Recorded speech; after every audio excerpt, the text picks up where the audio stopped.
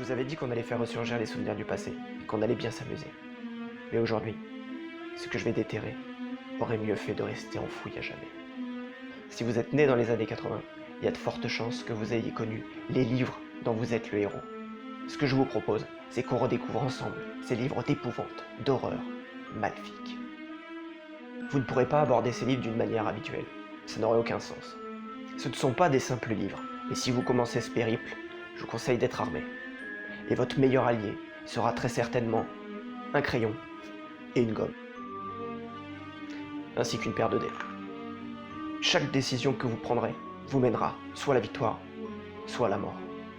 Avant toute chose, il faudra créer votre avatar et lui donner tout un tas de caractéristiques qui seront référencées dans votre feuille d'aventure. La feuille d'aventure, ça se représente comme ça. Il y en a tout un tas de sortes, celle-ci c'est une de base. Et dans votre feuille d'aventure, vous inscrirez l'habilité, l'endurance et les points de psy. Vous pourrez inscrire également vos équipements, vos armes, la dotation de départ, ainsi que votre or, les bijoux que vous ramassez et tout autre objet spécifique dont vous aurez besoin pour votre quête. Les monstres aussi seront de la partie, et il faudra les inscrire sur votre feuille d'aventure, et vous aurez en temps réel les points de vie qu'il reste pour les tuer. Mais pour mener à bien votre quête, il vous faudra très certainement suivre la carte inscrite dans le livre ou en créer une de toute pièce. Donc là c'est une carte où vous pouvez voir tout le cheminement des embranchements, là où vous avez pris les bonnes décisions et les mauvaises. En cas de mort, vous pouvez reprendre et éviter les pièges. La carte, elle vous sera indispensable si vous espérez terminer au moins un livre. Les combats se composent comme ça.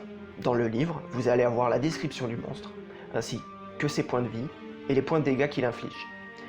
À l'issue, vous prenez vos dés, vous les jetez les deux à la fois, et ils détermineront si vous êtes dans la fourchette basse ou haute, si vous subissez des dégâts ou infligez des dégâts à votre adversaire. Celui qui arrive à 0 est mort, tout simplement. Bien sûr, il existe tout un tas d'autres sortes de combats. À chaque livre, chaque méthode, où vous pouvez utiliser une feuille de hasard, où sera indiqué les ratios que vous infligez à votre adversaire et ce que vous recevez. Ces livres ne datent pas d'aujourd'hui, ils sont sortis en 1984 pour les premières éditions par Gallimard, aux éditions Folio Junior. Et il y a eu tout un tas de rééditions, mais moi mes préférés en tout cas sont les premières et les deuxièmes. Si vous souhaitez aujourd'hui vous initier à ces livres d'aventure, je vous recommande peut-être les nouvelles éditions qui seront plus abordables. Donc il existe différentes éditions. Les premières et les deuxièmes, qui sont avec la couverture blanche avec ou sans liseré. Ensuite on a eu droit à des livres avec la couverture dorée ou argentée.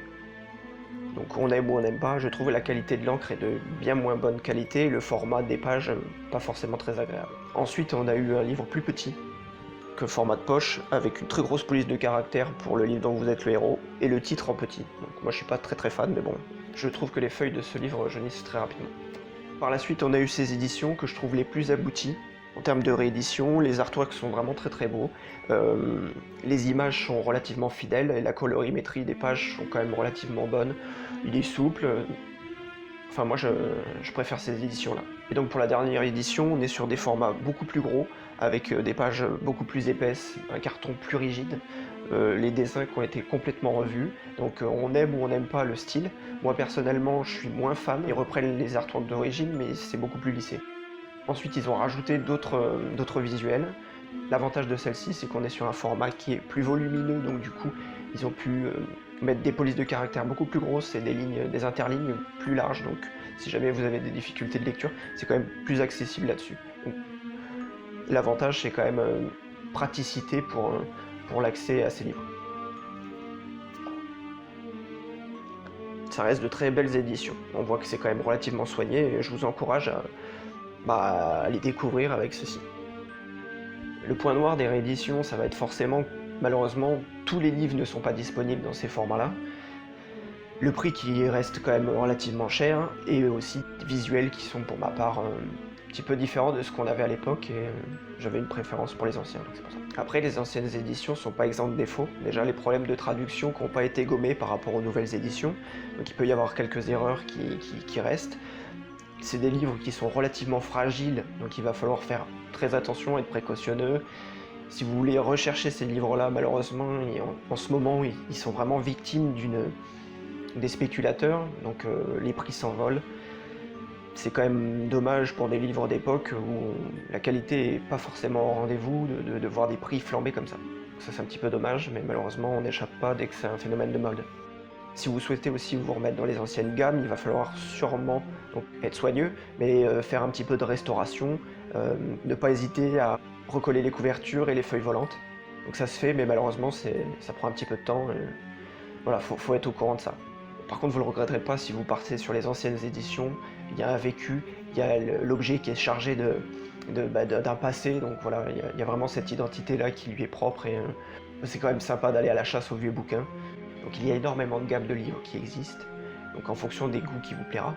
Et l'avantage, c'est que très souvent, ils sont sur plusieurs tomes. En conservant votre avatar, les sorts, les compétences que vous avez appris, ainsi que votre équipement, ça va vraiment permettre de vous donner un attachement à votre personnage et rendre la mort encore plus douloureuse.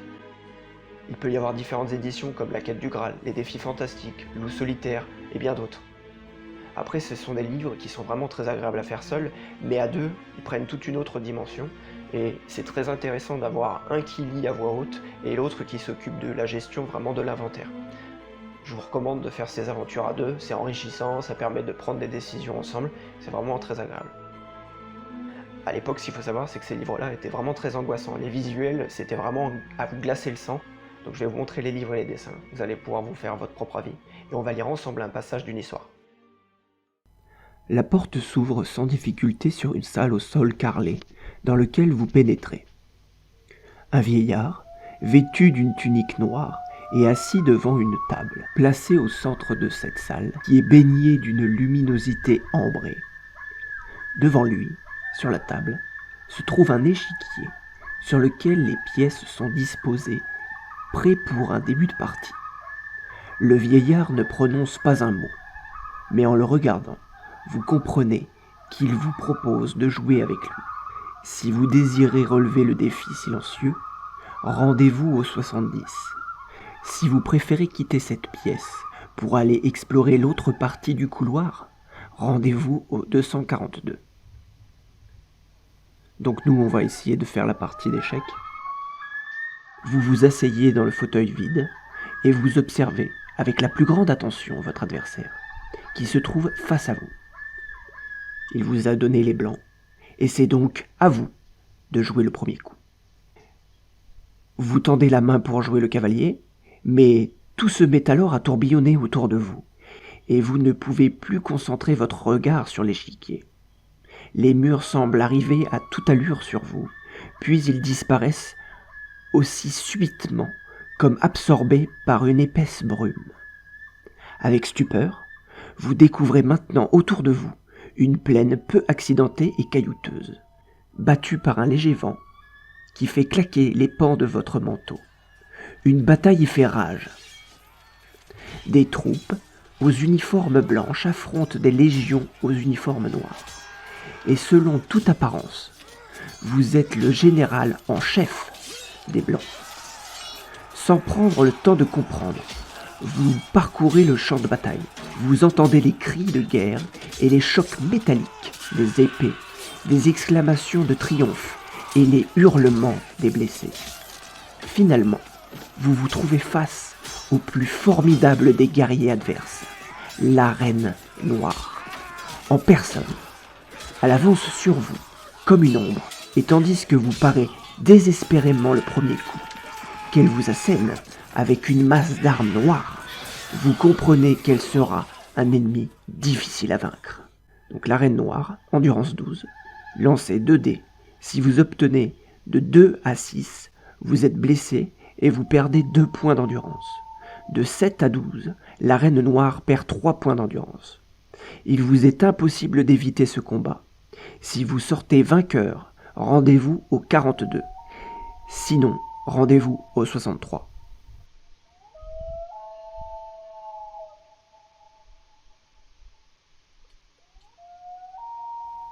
Il existe aussi certaines applications qui permettent de jouer à ça sur smartphone. Et vous avez la possibilité également de télécharger les livres sur certains sites en format PDF qui vous permet de faire une aventure sur ordinateur. N'hésitez pas à me dire dans les commentaires si vous avez eu ces livres étant enfant, lequel était votre préféré, si vous aussi ça vous a donné des sueurs froides, Et à votre avis, le passage que j'ai lu, il vient de quel livre? En tout cas, n'oubliez pas que c'est un livre dont vous êtes le héros.